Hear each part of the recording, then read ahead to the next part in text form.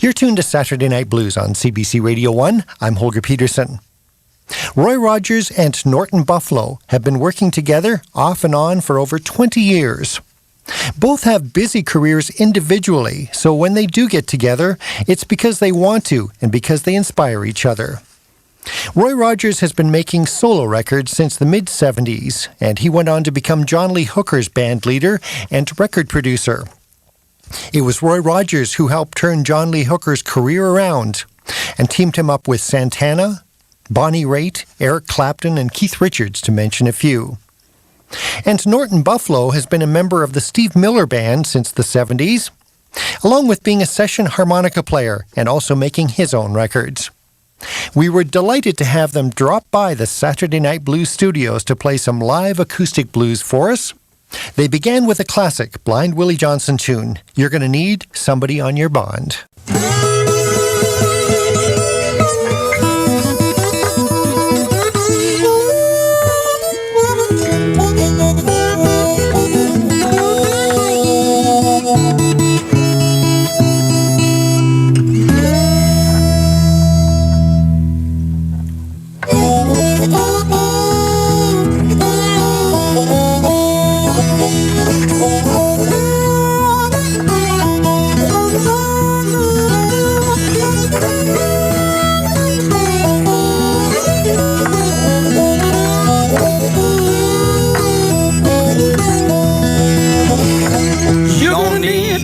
Somebody on your bond.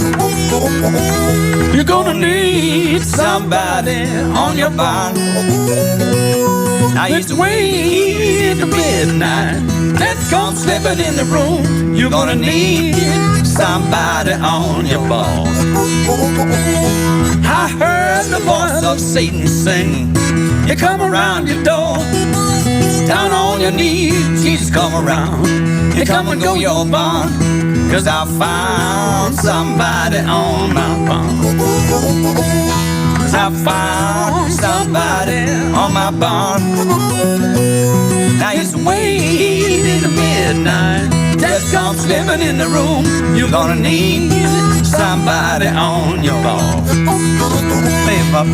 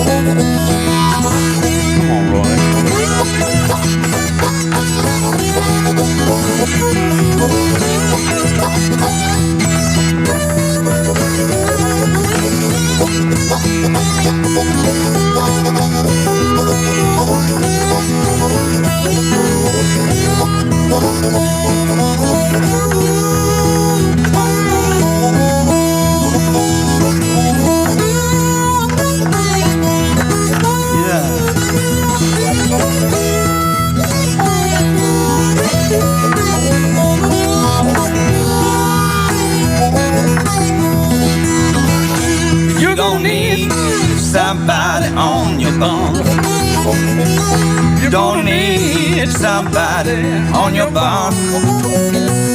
Now it's way into midnight. Just come slipping in the room. You're gonna need somebody on your bond. You're gonna need somebody on your bond. You're gonna need somebody on your bond.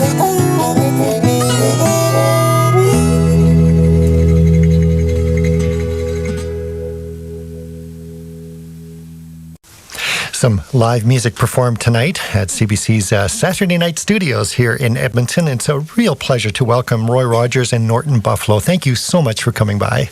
Nice to be here, Holger. It's our pleasure, man. Well, there's a song with deep roots. You're going to need somebody on your bond. How far does that go back, Roy? That goes back to Blind Willie Johnson in the 1930s, man.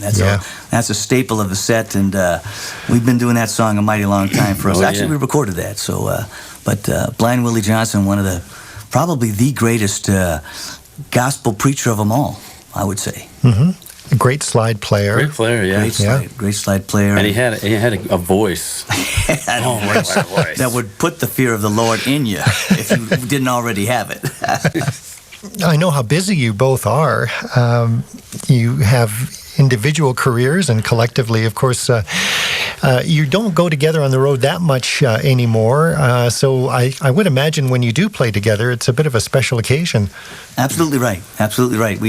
And this year in particular, Norton and I haven't played a whole lot of gigs this year. We haven't. I've been real busy touring with the Steve Miller Band. I've been with Steve Miller now for 32 years. Roy's been out banging the gong with his band, and so it's been a real busy year. Yeah, that's been one. Steve was just working hard this year. We had a ball. And I gather that's the first time in a long time that you've done that much touring with the Steve Miller Band too. Well, I've always juggled the two. Three. I've actually got about four little bands. I do this duet with Roy. I have my own band, the Knockouts. I have another acoustic group that I'm just finishing up a CD with, Norton and Friends. And I started just this year doing some dates with a slack key guitar player, George Kahamoku, who just won a Grammy last year. And we got a bunch of recordings. So I've got all these different entities that I do. But every break I had from Steve, I was going out with my band. And boy, by the time the year was out, I was just so beat. So this time, when I had breaks from Steve, I either got in the studio and worked or got in the garden and worked, one or the other. Roy, I know that you, of course, are a highly acclaimed, accomplished record producer, having done so many great records with John Lee Hooker, and you work with Ramblin' Jack Elliott, and that's an ongoing thing from time to time. What are some of the other things you've been doing in the last while? Well, I've actually made a recording with Ray Manzarek. Really? The former keyboardist with the Doors. Now I think that the Riders in the Storm, they're called. They tour into that. Yeah, Ray and I met each other about 7 or 8 years ago, and we do actually a duet, and piano and guitar. So it's quite eclectic, actually more in a jazz kind of direction, esoteric direction. Everything from Miles to Eric Satie to Doors to original stuff. So that's it's not out yet. We're gonna see exactly what to do with it now that we've recorded it, but. I have my own band, the Delta Rhythm Kings, that I've toured with, as you know, for many years. And I've just started a new project with Jack Elliott, actually. I've had an idea for a long time, to do a narrative story of Jack's life, and we finally began this trek. It's always a trek with Jack Elliott, of course, as you know. And it's really Jack talking about his life, and there's going to be some very special guests on this narrative, and it's going to be a spoken word. I don't know if we're going to put any music on it or not. If there is music, it'll simply be snippets to tell the story, because he has quite a story to tell. That's such a great idea, Roy, because anybody that's ever spent time with Ramblin' Jack Elliott, it's the ramblin' part that doesn't quite make it on records, and you don't really pick up on. A lot of people thought the ramblin' had to do with travel, but if they've been around Jack for any amount of time, not travel.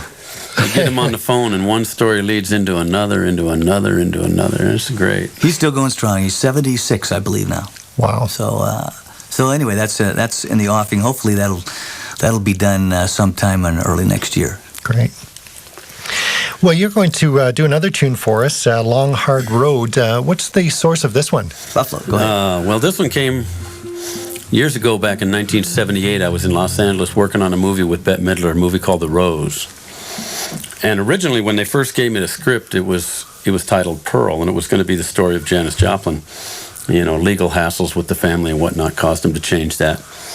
But the original script, when it was still titled Pearl, a very opening scene in the movie described them loading a casket of this young singer who died way before her time onto a train.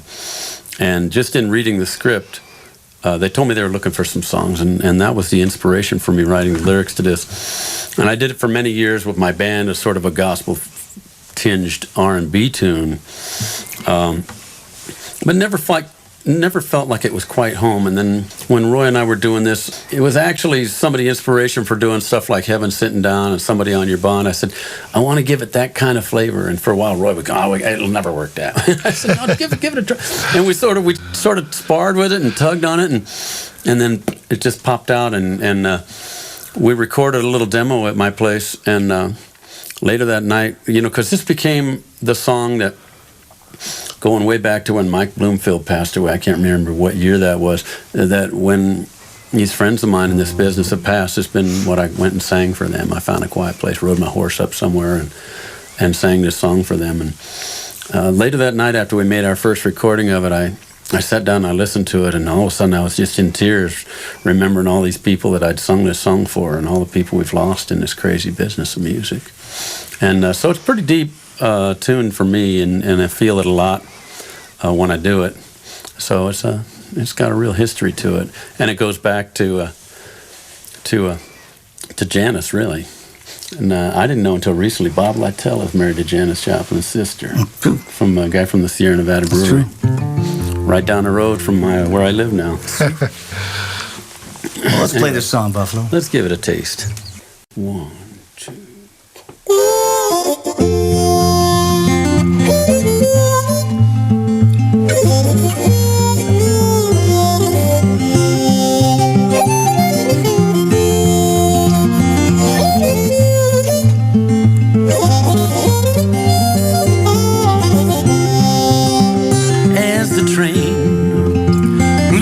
Station and slowly pulls away.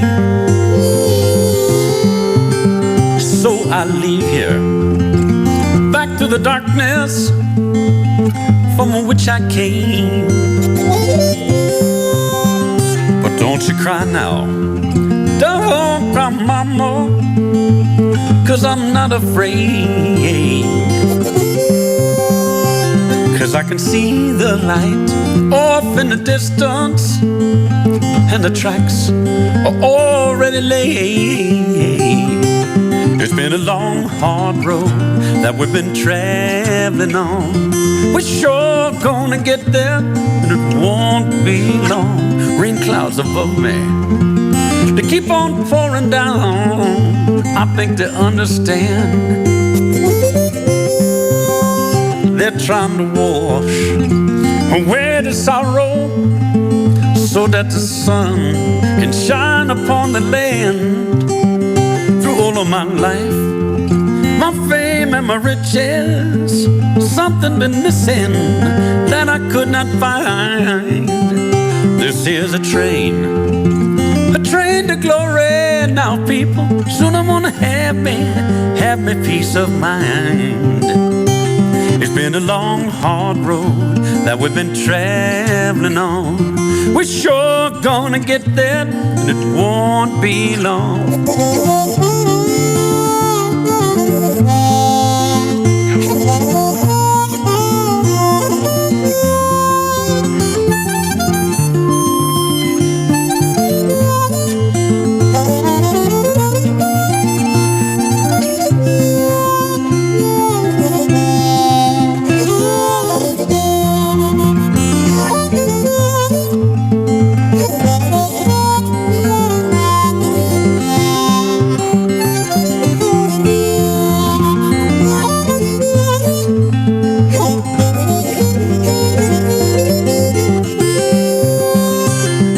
Train leaves the station and slowly pulls away.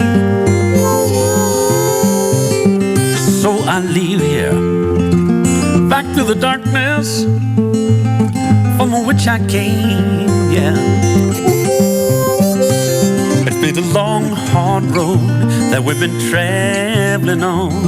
We're sure gonna get there, and it won't be long. It's been a long, hard road that we've been traveling on.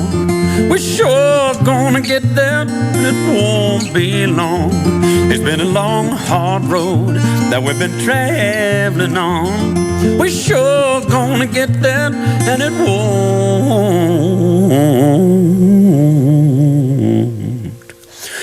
be.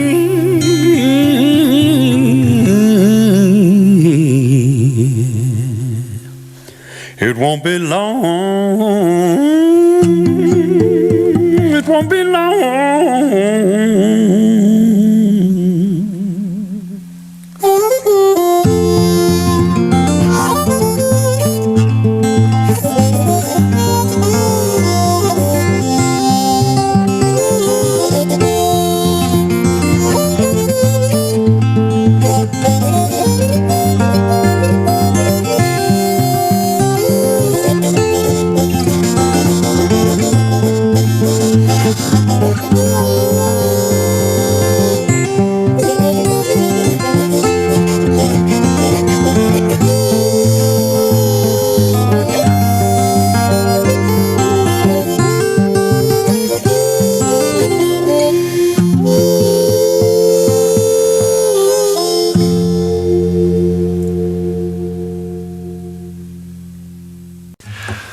Beautiful song.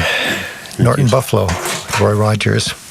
You're both from Northern California, and just wondering how far your roots go back there. Were you, for example, both involved in the San Francisco scene in the late 60s?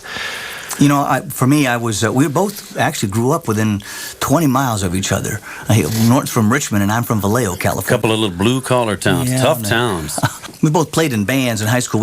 I didn't really play the San Francisco scene. I attended the Fillmore and the Avalon as a kid. You know, I used to go see Muddy Waters and Howlin' Wolf and all those guys. And back, even before I was driving a car, I used to take the Greyhound bus in and see those guys. But you know, it was. But I never played the San Francisco scene per se. Right. At that time, we were a couple of years younger. Attending it, but not really playing in a professional way just yet. So. Sure. And then when my first albums came out, I had a band called the Stampede, the Norton Buffalo Stampede, and I was telling Roy, we actually came up and played at the Calgary Stampede. That's right. In either 76 or 70, but 77, I think it was. But a lot of the shows I did around the Bay Area, when I first heard Roy, he had a duet with another harmonica player named David Bergen. You may have heard some of that stuff, Rogers and Bergen, and it was a great little duet. And I ended up using those guys to open my shows. I talked to my agent, and all the time. We did the two groups together on I couldn't even tell you how many shows. We did a lot. In fact, one night, my guitar player got stuck somewhere, never made it, and I turned to Roy. I said, "Man, my guitar player can't get here." And it was a live radio show. And I said, "Roy, I think you could do this." You know, all I'd ever heard him do was the blues. Roy got up and played his butt off. It was fun. And then in the mid '80s, I'd been experimenting with some acoustic stuff. I had a bunch of material that didn't fit with my band or anything else, and I'd tried it with different guitar players, and I kept adding guys because it always didn't feel like enough. And I just wanted to do it, and one time I ran into Roy at an award show or something. We hadn't seen each other in quite some time, actually. Yeah, it's true. I said, "Man, we ought to get together and play some. I'm trying to do this stuff." So we got together, and of course, from the first minute we sat down with each other, it was magic, because I'd heard him play, and he'd heard me play, and we just... You know, it was in sync from the beginning. So it really was. Who can ask for more than that? Sure. So in the early days, we're doing all kinds of fun stuff, because I'd started developing some shows up in Alaska. So we'd go up to Alaska and do about 10 shows up there, and get these people hooting and hollering, and we just started building it up, and it grew from there. It became quite a thing. And the two of you playing together, there's a communication that I guess has developed over all those years that gives you a really great improvisational starting point, and it's almost as if you kind of read each other's minds sometimes in terms of where you're going musically. There's a lot of that intuitive musical. People ask me what's my best instrument, and I tell them my ears, because how this happens is we listen and we work off each other's what he's doing. When we get into rhythmic stuff, that's when we really have fun, because I've always been a rhythmic player. I just have a ball doing that. It's kind of similar. I get asked a lot. Reminds me of the John Lee Hooker question. The proverbial John Lee Hooker question is, well, how could you play with John Lee Hooker when you never knew when he was going to change? And I say, well, if you listened to him, you always knew when he was going to change. The listening part of music is probably the most important part, and I think... It's so much about trusting your intuition and your heart when you've been playing that many years together. When Roy and I... We're a bunch of old guys, right? I didn't even want to look at him. I don't even want to look at him. Roy, I think the blues world owes you a huge thank you for the work that you did with John Lee Hooker, of course, starting with The Healer. And you were a member of John Lee Hooker's band and went on to produce his many, many great sessions, which opened up another career for John Lee Hooker that was far, far in excess of anything he had done before that, and gave him huge recognition over the years. And the work that you did with so many special guests on those records, those records just always will stand the test of time and are so important to blues, I think. Well, it was a lot of fun to do those records. First and foremost, John was up for it. He was always up for trying new things in the studio.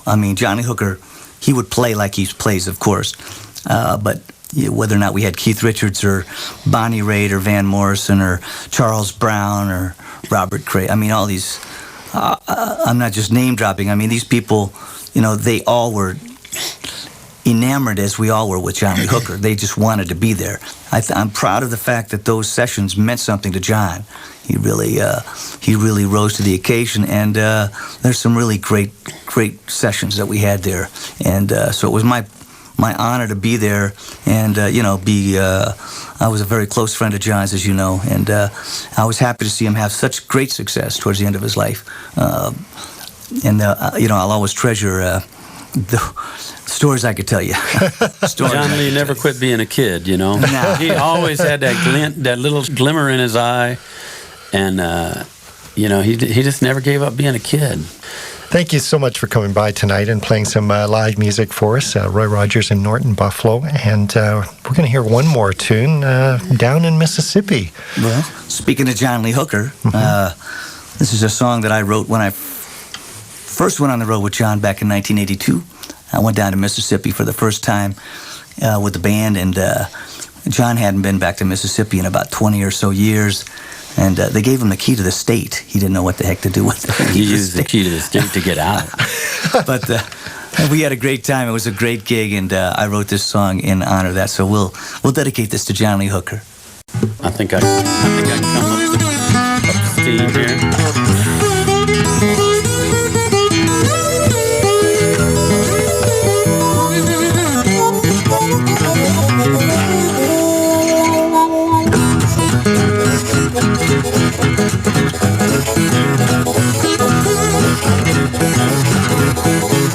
Down in Mississippi, back in 1982, I went down there with Boogeyman just to play the blues. Greenville, Mississippi, straight from Memphis, Tennessee. Rain in the cotton field, baby, was such a sight to see. When I was young, how was I to know? Someday people that it would be so. I'd be down in Mississippi, nothing else to do, playing in the cotton fields with legends of the blues. Well, there was Sam Chapman, Sam Miles, Pops and Mavis too, Albert King and Bobby Blue playing all blowing the blues. John Lee Hooker hit the state, out of control people. One of Mississippi's favorite sons was back at home once more. When I was young, how was I to know? Someday people that it would be so good. Down in Mississippi, nothing else to do, playing in the cotton field with legends of the blues. Play that Mississippi saxophone.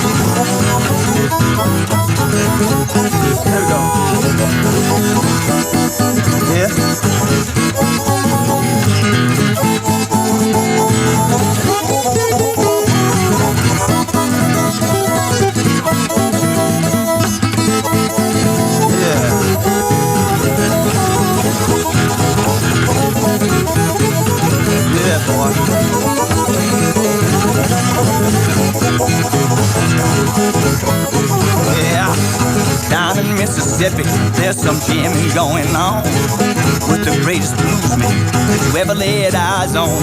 There's much to learn and understand, people, some things you will never know. Down in Mississippi, where the roots of music flow. When I was young, how was I to know? Someday people, it would be so. Yeah, down in Mississippi. Mississippi, nothing else to do. Playing in the cotton fields with legends of the blues. Legends of the blues. Legends of the blues.